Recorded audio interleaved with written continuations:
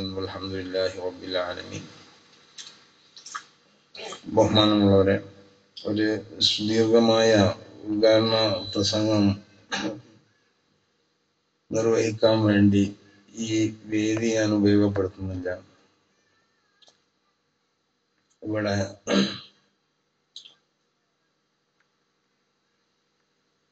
നമ്മുടെ ഖത്തീബ് സിദ്ദീഖ് ദാരിമിയുടെ പ്രസംഗവും പിന്നെ ഒരു മുഖ്യപ്രഭാഷകന്റെ പ്രഭാഷണമൊക്കെ ഉള്ളത് കൊണ്ടിട്ട് പിന്നെ അതിനൊക്കെ സമയം നമ്മൾ ഒഴിഞ്ഞു കൊടുക്കുക, നമ്മൾ ആ ചടങ്ങുകളൊക്കെ നിർവഹിക്കുക എന്ന് മാത്രം ഉദ്ദേശിച്ചുകൊണ്ടിട്ട് ഇതിന്റെ ഉദ്ഘാടനം മാത്രം നിർവഹിച്ച്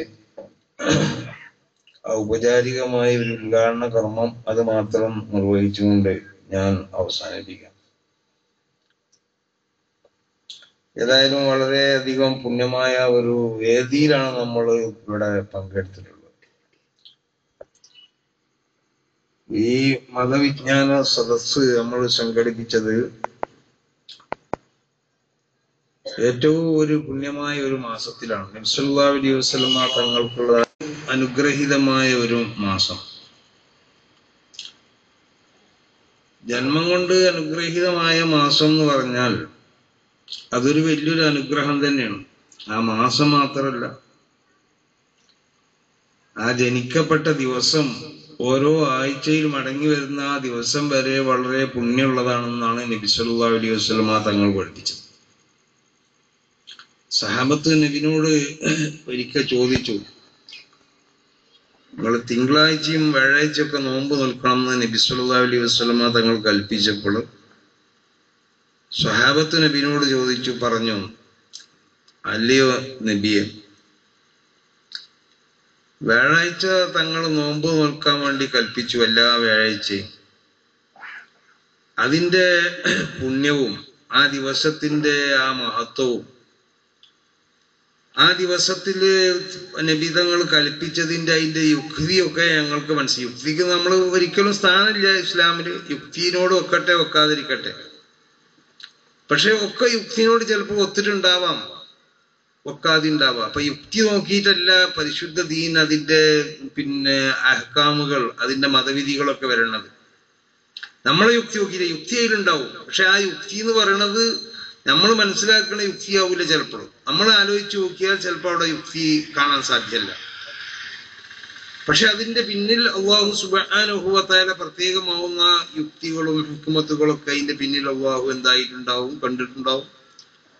അത് ചിലപ്പോൾ നമുക്ക് മനസ്സിലാവും, ചിലപ്പോൾ നമ്മൾക്ക് എന്ന് പറഞ്ഞാൽ നമ്മൾ സാധാരണക്കാർക്കല്ല, മഹാന്മാരാവുന്നതായ പണ്ഡിതന്മാർ അവർക്ക് തന്നെ ചിലപ്പോഴേ മനസ്സിലാവുള്ളൂ. ചിലപ്പോൾ മനസ്സിലാവാത്ത അത്രേ ഉണ്ടാവും. മഹാനാവുന്ന അലി റളിയല്ലാഹു തആല അൻഹു പറഞ്ഞില്ലേ, ഈ പരിശുദ്ധമായ ദീൻ അതൊരു യുക്തിനോട് ഒപ്പിച്ചുകൊണ്ട് അങ്ങോട്ട് ചെയ്യുകയാണെങ്കിലേ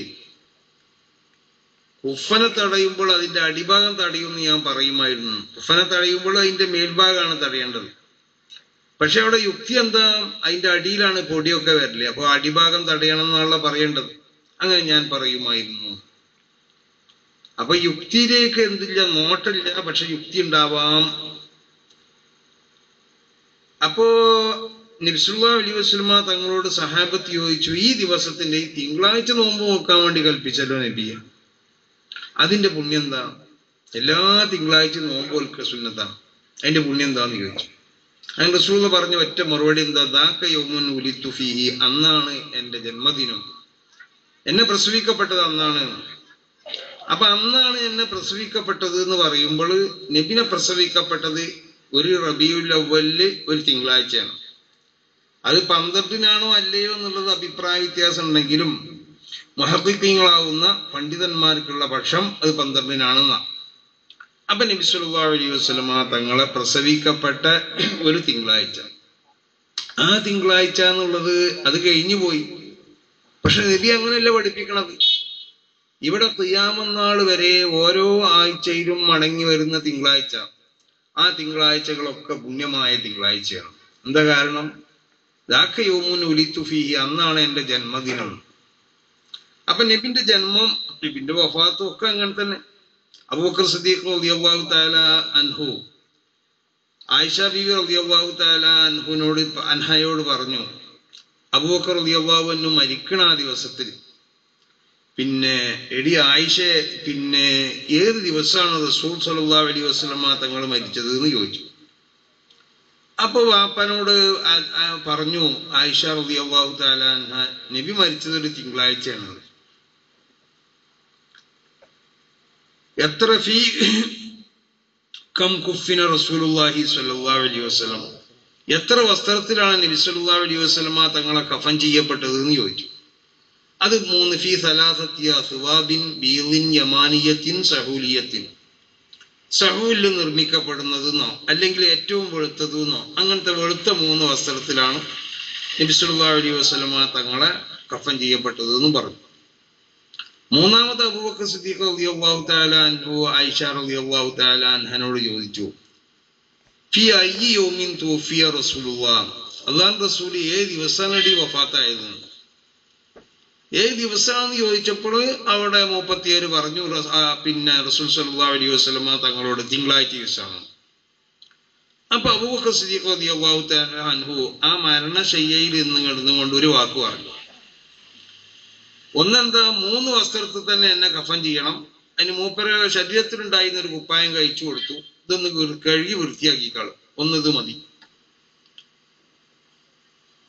പിന്നെ മഹാനാവുന്നതായ അബൂബക്കർ സിദ്ദീഖ് റളിയല്ലാഹു തആല അൻഹു മറ്റൊരു വിഷയം കൂടി പറഞ്ഞു. അതെന്താ, അർജു അൻ നകൂന മാ ബൈനി വ ബൈന ഹാദിഹി ലൈല,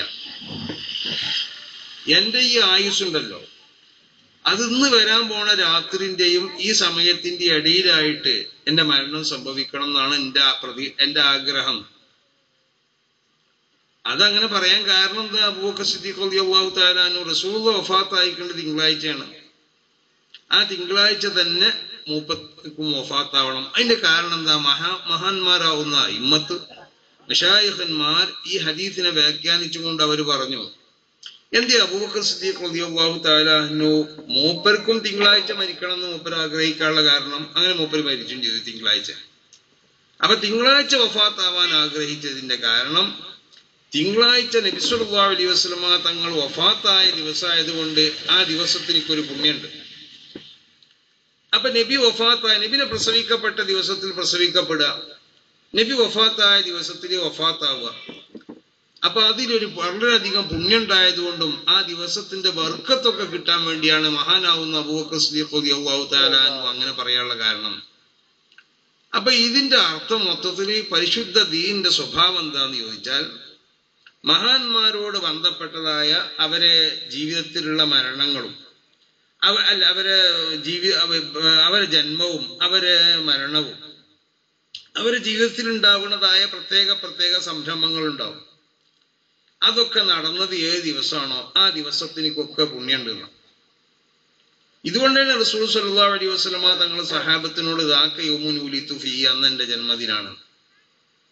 അപ്പൊ എല്ലാ തിങ്കളാഴ്ചക്കും പുണ്യമുണ്ട് എന്ന് വെക്കുമ്പോൾ ആ ഇതുപോലുള്ള ഒരു തിങ്കളാഴ്ച ഒരു 12-നാണെന്നുള്ള അഭിപ്രായ പ്രകാരം 12-നാണ് നബി സല്ലല്ലാഹു അലൈഹി വസല്ലമ തങ്ങളെ പ്രസവിക്കപ്പെട്ടത്, ഒരു റബീഉൽ അവ്വലിലാണ്.